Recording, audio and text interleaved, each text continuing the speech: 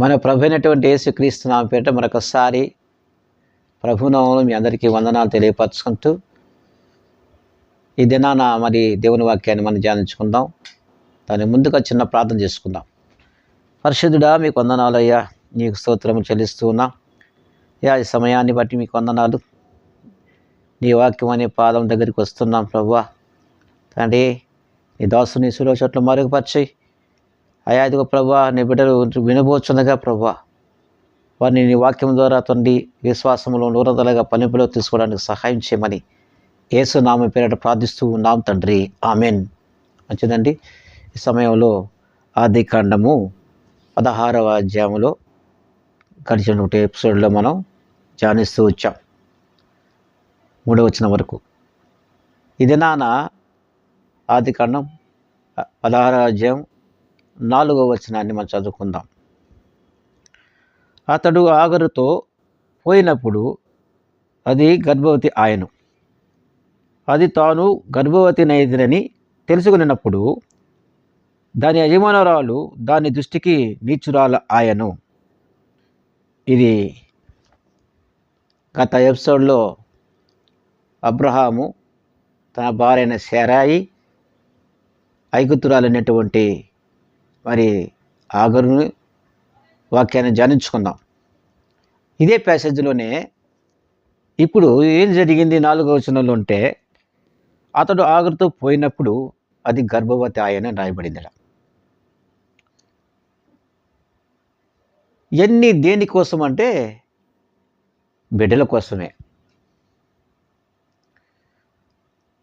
శారాయికి అబ్రహాము ముందుగా భార్య, ఇప్పుడు రెండవ భార్య అయినటువంటి ఆగరు ఇక్కడ గర్భవతి అయింది.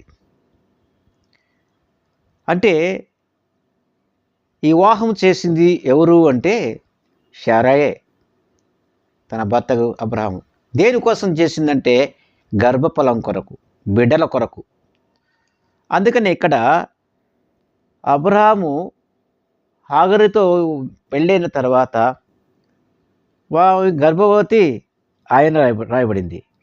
తరువాత అదే 4వ వచనంలో అది తాను గర్భవతి అయితేని తెలుసుకున్నప్పుడు దాని యజమానులు దాని దృష్టికి నీచురాలు నీచమైన దానిని ఆయన రాశాడు ఇక్కడ.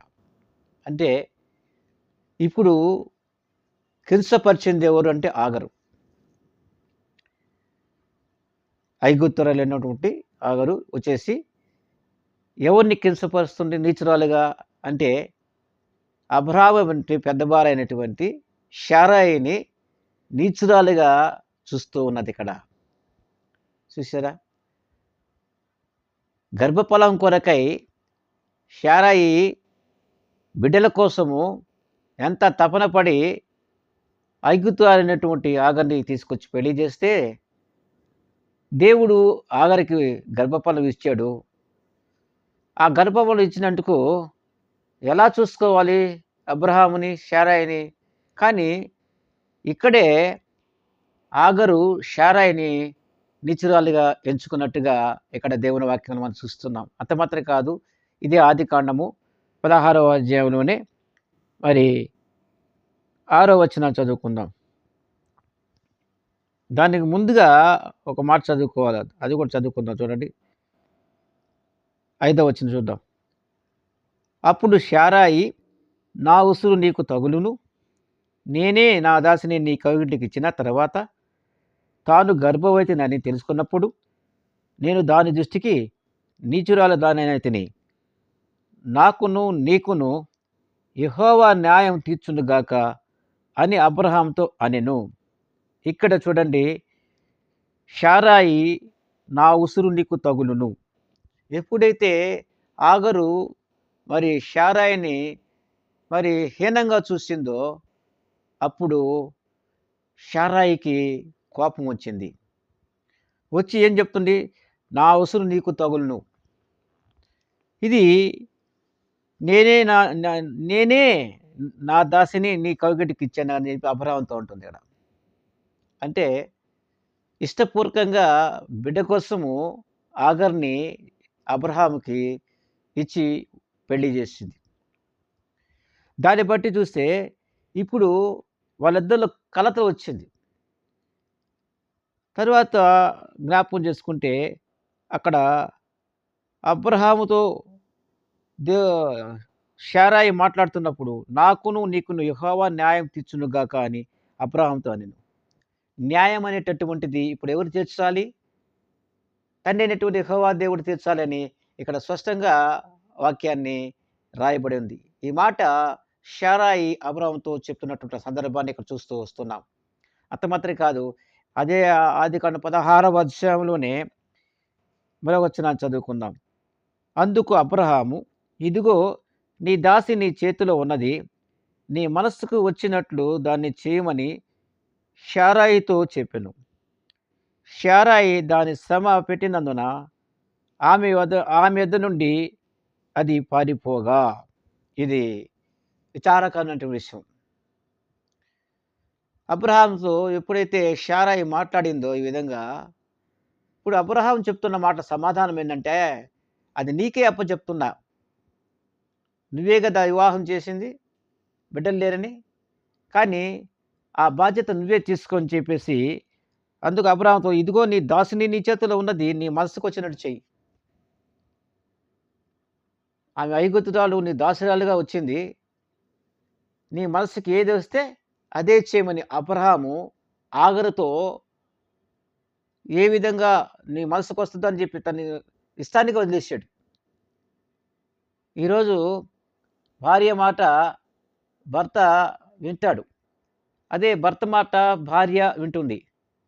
కానీ భార్యాభర్తల్లో ఒకరికొకరు సమాధానం కలిగి భూమి మీద జీవించాలే గాని, వారిరువురు సమాధానంగా ఉండాలంటే సర్వాధికారైన దేవుడు వారి అంతరంగంలో ఇద్దరి హృదయాల్లో దేవుని ప్రేమ నింపబడి ఉంటే కానీ ఆ సమాధానం రాదు. ఇక్కడ అబ్రహాం యొక్క జీవితంలో ఇప్పుడు ఒక భార్య ఉన్నప్పుడు, శారాయి ఉన్నప్పుడు నెమ్మదిగా ఉన్నాడు. ఇప్పుడు రెండో భార్యగా ఆగర్ వచ్చేటప్పటికే నెమ్మది లేకుండా పోయింది. ఈరోజు మన జీవితాల్లో నెమ్మది ఎక్కడి నుంచి వస్తుందంటే, మన ప్రభువైనటువంటి యేసుక్రీస్తు ద్వారానే ఆ నెమ్మది మనకు కలుగుతుంది. నీ మనస్సుకొచ్చినట్టు నువ్వు చేయమని అబ్రహాము తన పెద్ద భార్యైనటువంటి శారాయితో చెప్పినప్పుడు, అలాగే ఆ మనసుకొచ్చినట్టునే ఆమె చేసుకుంటూ వచ్చింది. అక్కడ మనం చూస్తుంటే సందర్భాలు కనపడుతున్నాయి. తరువాత ఈ యొక్క వచనాన్ని నేను ముగించబోతున్నాను. ఆ వచనాన్ని చదువుకొని ప్రార్థన ఆశీర్వాదం తీసుకుందాం. ఆదికాండం 16వ అధ్యాయంలోనే మరి 6వ వచనంలో మధ్యలో ఒక మాట ఉంది. శారాయి దాని శ్రమ పెట్టినందున ఆమె యొద్ద నుండి అది పారిపోగా. శారాయి తన దాసి అయినటువంటి ఆగర్‌ని శ్రమ పెట్టినందువల్ల అది పారిపోయింది. శ్రమ అనేటటువంటిది జీవితంలో ఎప్పుడు ఎదురవుతుందంటే, మనం అవతల వారిని కించపరిచినప్పుడు, అవమానపరిచినప్పుడు, నిందలు వేసినప్పుడు, ఆ శ్రమ అనేది వాడికి రాదు కానీ, తిరిగి మనకే అది సంభవిస్తుంది. ఇప్పుడు ఆగరు విషయంలో అదే జరిగింది. ఆమెకు గర్భఫలం దేవుడు ఇచ్చాడు ప్రేమించి. ఇచ్చినప్పుడు తన యజమానురాలికి ఎలా ఉండాలి? ఎలా చూసుకోవాలి? బాగా చూసుకోవాలి గదా ఆగరు. కానీ అలా చూసుకోలేదు గదా! అందుకనే శారాయి కోపం వచ్చి ఆగర్‌ని తరివేసిన సందర్భాలు ఇక్కడ కనపడుతున్నాయి. ప్రియ సహోదరులారా, నీ వాక్యాన్ని ముగిస్తున్నాను. మన జీవితాలలో మనం ఎలా ఉండాం? మనం అనుభవించుకుంటూ విశ్వాస జీవిత యాత్రలో ముందు కొనసాగుదాం. అట్టి కృప, అట్టి దయ దేవుడు మనకు దయచేయునుగాక. ఆమేన్. తలలు వంచుకుందాం, ప్రార్థన చేసుకుందాం. పరిశుద్ధుడు అయిన తండ్రి, నీ పరిశుద్ధమైన పాదాలకు వందనాలయ్యా. ఇదిగో తండ్రి, అబ్రాహాము యొక్క హిస్టరీ చరిత్రలో ఆదికాండం 16వ అధ్యాయంలో ధ్యానిస్తూ వస్తున్నా. ప్రభువా, శారాయి తన యొక్క దాసి అయినటువంటి హాగరు గర్భవతి అయినప్పుడు వారిరువురిలో కూడా సమాధానం లేదు.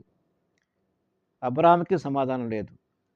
అయితే మీరు సమాధానకర్తగా ఉండి సమాధానపరచగల దేవుడు మీరే కనుక, ఈ కార్యక్రమం వీక్షిస్తున్నటువంటి ప్రజలకు కూడా మీరు సమాధానం దయచేసి మీ నామానికి మహిమ తెచ్చుకోమని యేసు ప్రభు నామం పేరిట ప్రార్థిస్తూ ఉన్నాం తండ్రి. ఆమేన్.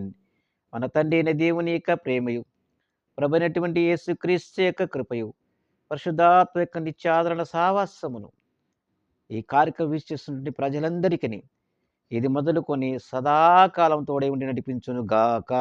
ఆమెన్. అందరికీ వందనాలండి.